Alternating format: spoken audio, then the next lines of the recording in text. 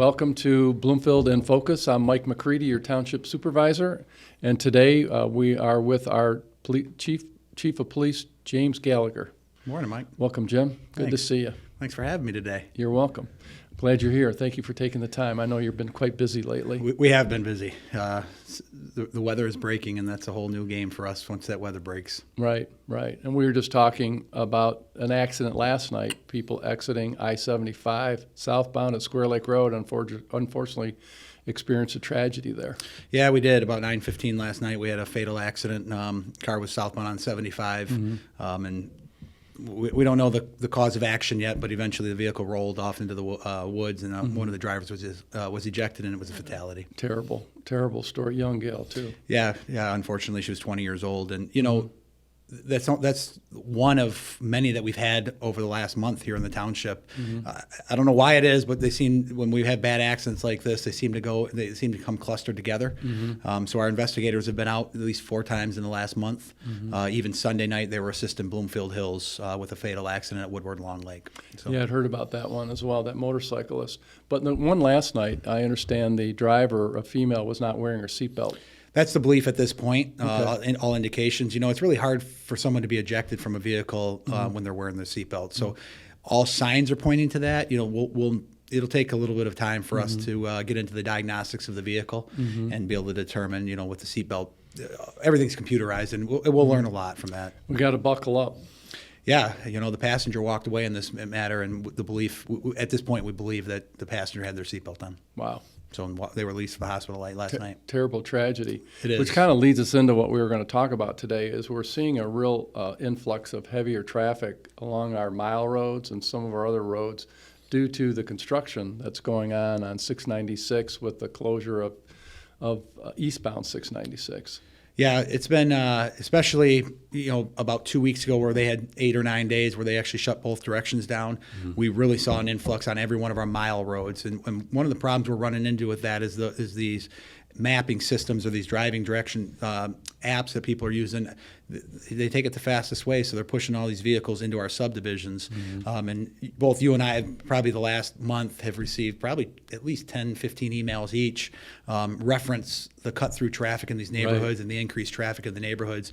But it's also construction season, so we're seeing construction on some of our mile roads that are the alternate to 696, and so it's really causing us a problem. And Woodward's always been a problem. Yeah. The Dream Cruise, I feel like the Dream Cruise starts early every year. Right. And Woodward's problem is the noise, the majority of it, and that's something we've been battling. Really, it was a problem, but really during COVID is when it took off the way it is now. And we've worked with every jurisdiction along the Woodward corridor. We've worked with our state reps. We've worked with, working with the car manufacturers. And so far it's been a losing battle with the noise. Right. Yeah, my family, we were out to dinner last night in Birmingham, sitting outside, and the noise from some of these cars, it's just too loud. It's annoying. It's obnoxious, and it's sometimes you jump out of your chair because it's so loud. Yeah, and I think we were talking with some of the people here before, and some of these muffler systems that they have, these exhaust systems, almost sound like gunfire. And so when you have parades going or events like this weekend, Birmingham had the downtown fair, people are sensitive to that now. But it's the everyday people who are at home trying to enjoy a weekend barbecue on their back deck that are having to deal with it. And these cars, some of them are modified exhaust systems. Those are pretty easily to identify, and we will enforce those. The ones we run into a problem with are the newer cars that have performance mode exhaust systems in them, and they can select almost like a race mode exhaust system, and those are all legal systems in a vehicle. So unfortunately, when we have those, the car manufacturers, they have their requirements that then these pass. And so there's very little we can do as law enforcement on a stock exhaust system. So it comes from the factory with the noise that it's on the newer cars. On the newer cars, correct. Yeah. And I've heard them. It's loud. It's right. You think you're Formula One. Yeah, you'd think, and on Woodward, you'd think that. And a lot of times they're not. People think they're going really fast down the road, but that's not the case. No. A lot of time they're sitting at a red light and they just put it into that mode in neutral, and then they rev the engine. Oh, so they can adjust it within the car to make on the new models. On the new models. The older, cars that have been modified or the exhaust has been modified, you can tell based on the exhaust system on the car, just from behind it, you can see if they've modified some form of it. Okay. But the cars that are stocked today, there's nothing we can do about it. So as I go around and drive around, and I've noticed the backup, particularly a few Hickory Grove going eastbound. I noticed the other morning it was late morning, how bad it is. Corton Road, at Corton and Lasser, the road commission put in a new light with the turn signal, which I think is a nice addition there, because that was an intersection where there were some bad crashes. Correct. Which would help. But I've noticed the eastbound traffic really builds up off of Corton heading eastbound, right? Yeah, and it's even more so now because of the construction. Yeah. And so we have been seeing an eastbound, both westbound and eastbound traffic on Corton and at Lasser backing up in all directions. I think in time that'll take care of itself with people understanding the new light system there. Okay. It was a need. Right. But with the influx of traffic, and then you have Birmingham Covington School, right there, there's a point in time during the day where it gets pretty jammed up for a good 25 minutes to a half an hour. Right, and we're going to be under that road closure for about 2 years. So with this happening, the buildup, we're also seeing that people are cutting through neighborhoods, and that's been one of our main complaints you and I have been reading and getting emails on. Yeah, and part of the 100% that's a problem. And I don't have the stats from this year. Mm-hmm. Last year we put our traffic trailers in our Colberry Hills subdivision when 75 was under construction, and the number of cars that were cutting through their neighborhood was just unbelievable. So last year we were able to put some strict enforcement into their neighborhood, and we'll be starting that again here tomorrow. Yeah, running an extra shift out there to kind of patrol the community. Yeah, we're calling our traffic blitz, our summer traffic blitz. The township, our administration has approved us to put overtime cars out. Part of this is, we're not going to make excuses for it, right? But we also went through, so many retirements over the last 3 years. I mean, we lost 20. I think I said it the other day, 520 years of service over the last. Yeah. Those are some good people walking out the door. Really good people, but it also left vacancies, and we're just starting to see the tide turn on recruiting. Right. So. Hopefully, with all signs are pointing to hopefully next April, we will be close to fully staffed for my first time since I've been chief. That will allow us to bring our traffic unit back that they approved. But in the meantime, we will be starting traffic blitzes tomorrow. We're going to run them 1 day a week. They're going to pick a day. They're going to pick a subdivision or two of that day, and they're just going to go in there and start just, we want our presence to be known in those subdivisions. Right. I think that's the only thing that we can provide, and hopefully it'll help detour that. But these apps that people use for Waze or the Google Maps or Apple Maps, it's actually trying to steer them through these neighborhoods to get out of the traffic, and that's creating more of a problem for the neighbors. Yeah, and I'm hoping that people are going to start posting that there's police cars in the neighborhood, and that'll deter people. Right. Because they can post the alert that there's law enforcement in the neighborhood. Okay. One of the issues we run into is that the time that the cars are cutting through the neighborhood. Again, the influx of cars in the township, then it brings us the influx of car accidents. So our cars are unable to get into those subdivisions at the moment at those times because we're dealing with a car accident or two on the freeway and the roads. Have to go. And if just to give an example, if we have a bad crash, or even if it's not even an injury crash, but a crash in the middle of Square Lake and Telegraph. At rush hour, that's a 4-car response. Right. And so you're taking, possibly half of our fleet just to police that because of the traffic concerns, right? Our intersections here are not small. Right. And so you can't just police those with one. And then we tie up fire trucks because we'll call them out. So they'll help us to protect us and help with the scenes. But, we talked about it last week. There was a day I think it was Tuesday, the day after Memorial Day. The fire department had 13 medicals come in an hour and 10 minutes. We had 5 different fire agencies here supporting us because of the number of calls for service that came in. And it just happened to be just our residents and a couple car accidents, but nothing. It was majority of our residents needing services. Yeah, well, thankfully you were there and responding, and the fire department, they're well trained. Yeah, they are trained well. Yeah, and if you watch the fire department and your men and women, if when they're not really on the duty or on an emergency, they're back here training and preparing for something to happen. I wonder if residents understand the amount of training that you and the firemen put in, the policemen, the firemen and women put in. It's pretty incredible. Yeah, and there's requirements. 2 years ago, the state put in 24 hours of continuing education credit for law enforcement. And so that's a mandate now from the state. And so we have no choice but to run some additional training. And, again, that you're already taxed on manpower because of recruiting issues, but now we're forced into this training. We're making it work. But again, unfortunately, just some of those times it appears we're not out there. We're out there, Right. and we don't short the road to do that. No. But these are requirements that we have to do. Right, and one of the stories that I heard about and saw the video on and happened about a Saturday at 3 a.m. Sunday morning, and a U-Haul driver, a guy driving a U-Haul truck, one of the flat fronts I think it was. Yeah. He ran into the back of an Amazon driver at 3 in the morning on Telegraph near Lone Pine. Yeah. And it really just flattened the front, and he was pinned in. Yeah. The driver of the U-Haul was pinned in. Correct. Yeah, we got that call came into our station about 3 in the morning, and the according to the driver of the U-Haul, which is completely amazing that he survived with not serious injuries. When the first officer walks up to the scene was Lieutenant Shoemaker. He was a traffic reconstructionist for a lot of his career. He was amazed at what he saw immediately. The driver was crushing that vehicle. Excuse me. I saw the video. He's just jammed in there. He couldn't even move. Is. Yeah, he's in there, and it took the fire department about 25 minutes to cut him out, which that's extensive.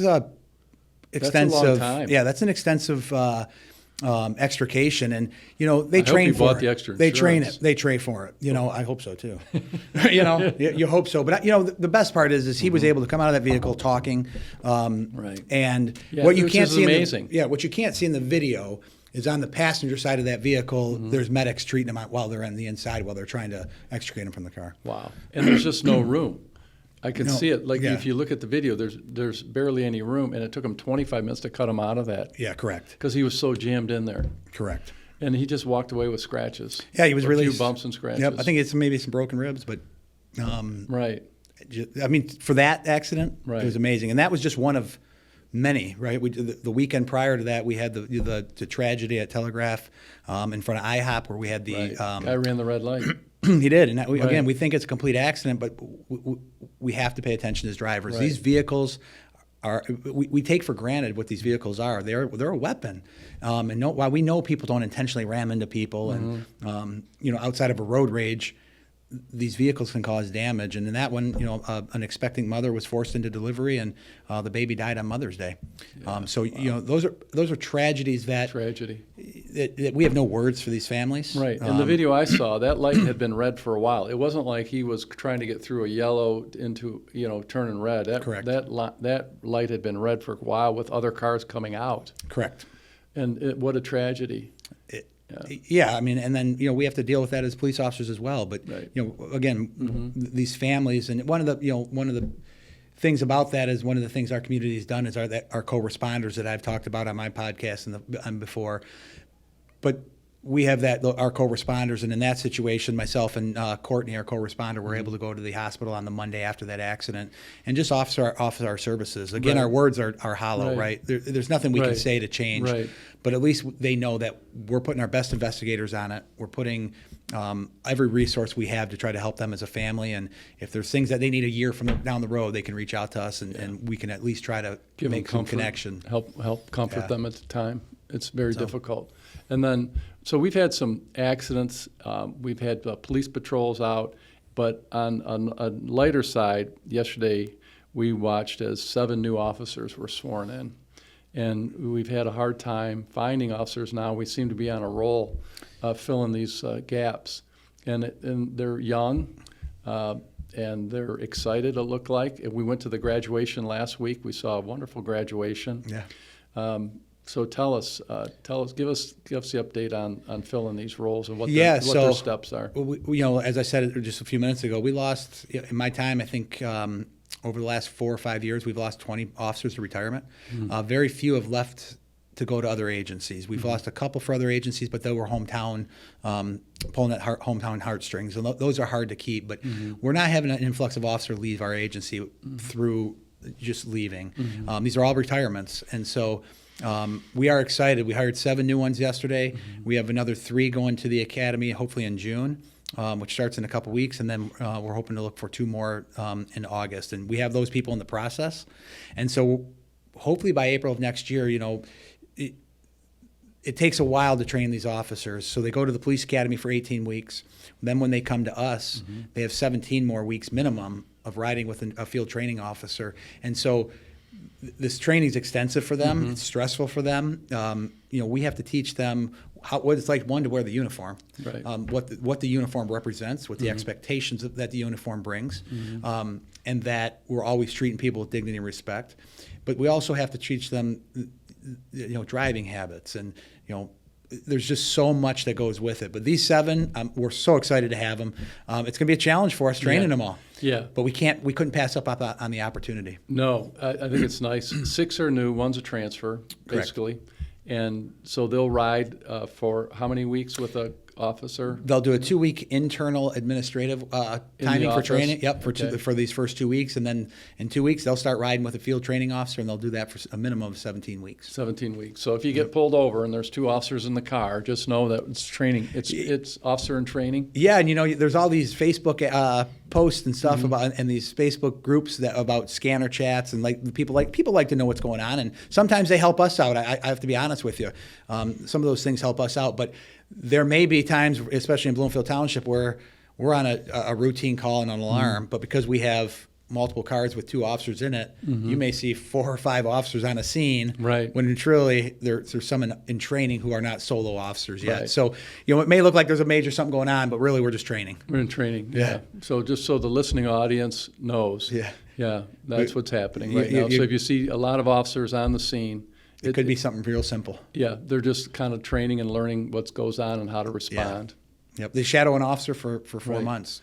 So that graduation that we were at over in Auburn Hills, they had quite a few officers that graduated through the MCOLS program. It's correct. Through OCC, Oakland Community College, right? So Oakland Community College is our, and Macomb Community College. There's several regional training facilities or police academies. We have a really good working relationship with Oakland Police Academy. Many of our officers here are instructors there, including myself. We probably have 5 to 7 instructors there. So they are really a leader in the police academy, and that's where all of we were able to sponsor all 6 people in the academy, all these 6 new officers, through a grant that through the state. Right. And so they paid for their academy, they paid for us, they reimbursed us for some wages while they're there, which has wonderful. That's been over Game the last changer. 3 game changer. Yep. Game changer for us, for all of law enforcement. And that grant is dwindling down here. The first time I think it was in $20 million. I think last time it was 15, somewhere in those numbers. But it truly helped us out as a community, being able to sponsor, because I think they graduated 66 in that class on Friday, which is a huge class, and almost all of them were sponsored through the grant, which is that means they're already hired when they go. Right.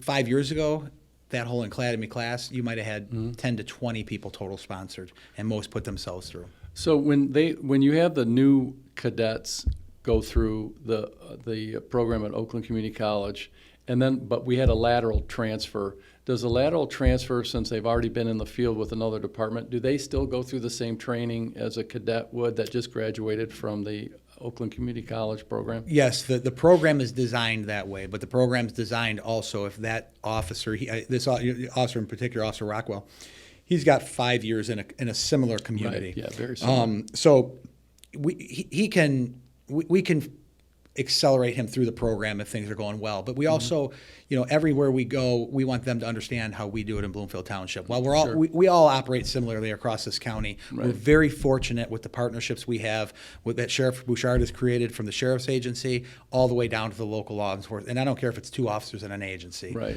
The partnerships we have in the county are very unique, but each agency runs its own system. Right. And so we want to we will not accelerate them to allow them to fail in our process. Right. We want them to succeed. But I have my confidence in Eric. This is a great hire. Yeah, I agree. And I was in Novi working for a while, and I know he came from Novi, and great department, well run, good team.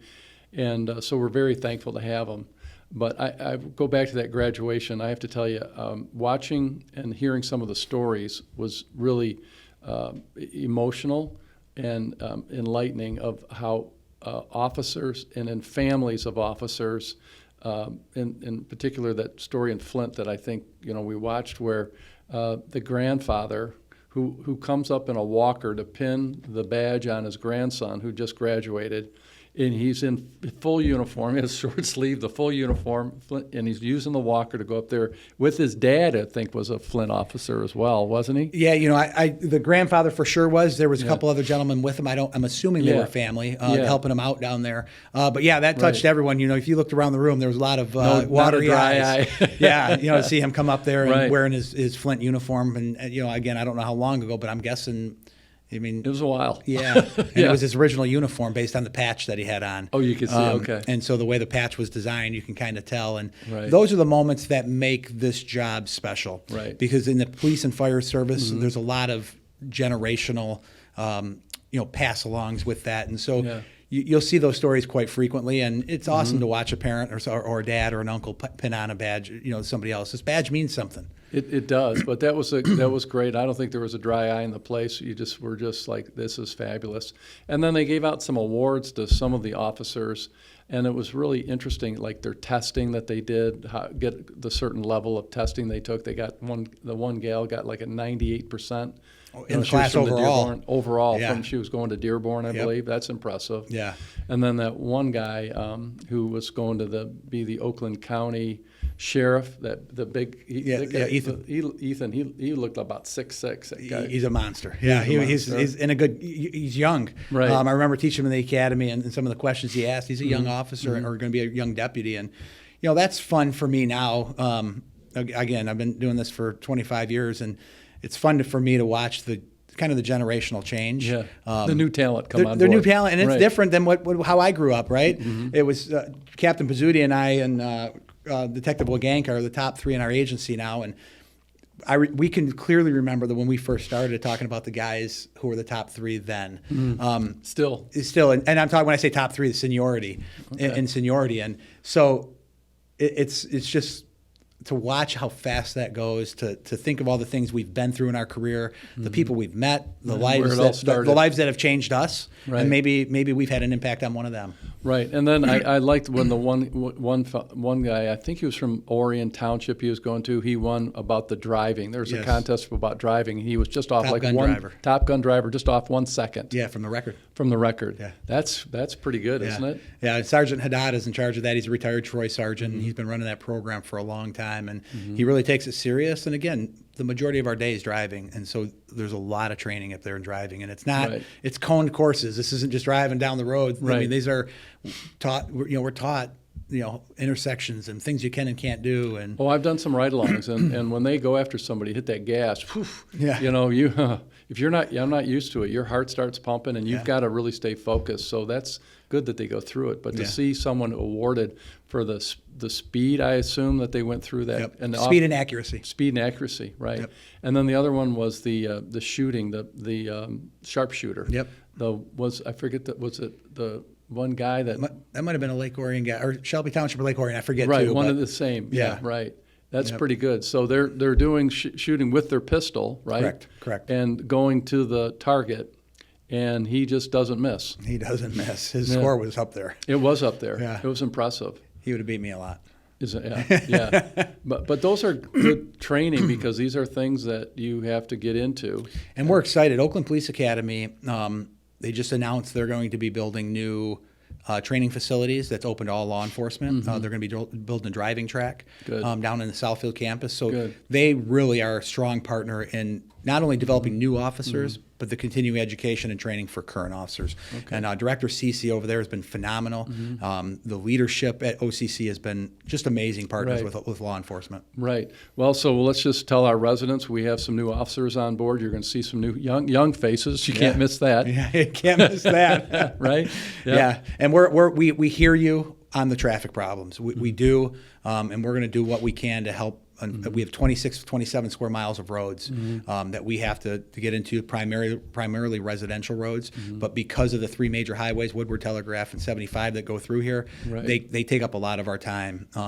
And so we hear you. We're going to get out there and Right. address these situations. So look for us in the neighborhood soon. Yeah, yes, look for you in the neighborhood. And if they hear something, see something, please report it to us. Oh, absolutely. Absolutely. Yeah. We do our best to follow up on everything. That's wonderful. Well, thank you for being a guest, and Yeah, we thanks for enjoyed having the me. conversation, and congratulations. So happy to see these recruits come in and fill these positions from Yeah, we're excited. the people that have retired. We've lost some good people through retirement, but they have come back. They do come back and say hello once in a while. It's They do. great to see them. They're committed here. Yeah, I This saw has been it. their family for years. Yeah, Jeff came back the other day, and he had a nice beard going. Oh, yeah. He looked very happy and relaxed. Yep. It's Okay. good. Yeah. That's what we need. That's what we put a lot of hard work into this. Yeah. Well, thank you for joining us on another episode of Bloomfield in Focus. And Jimmy, thank you for being Yeah. with us today. And stay safe out there. Wear your seatbelts.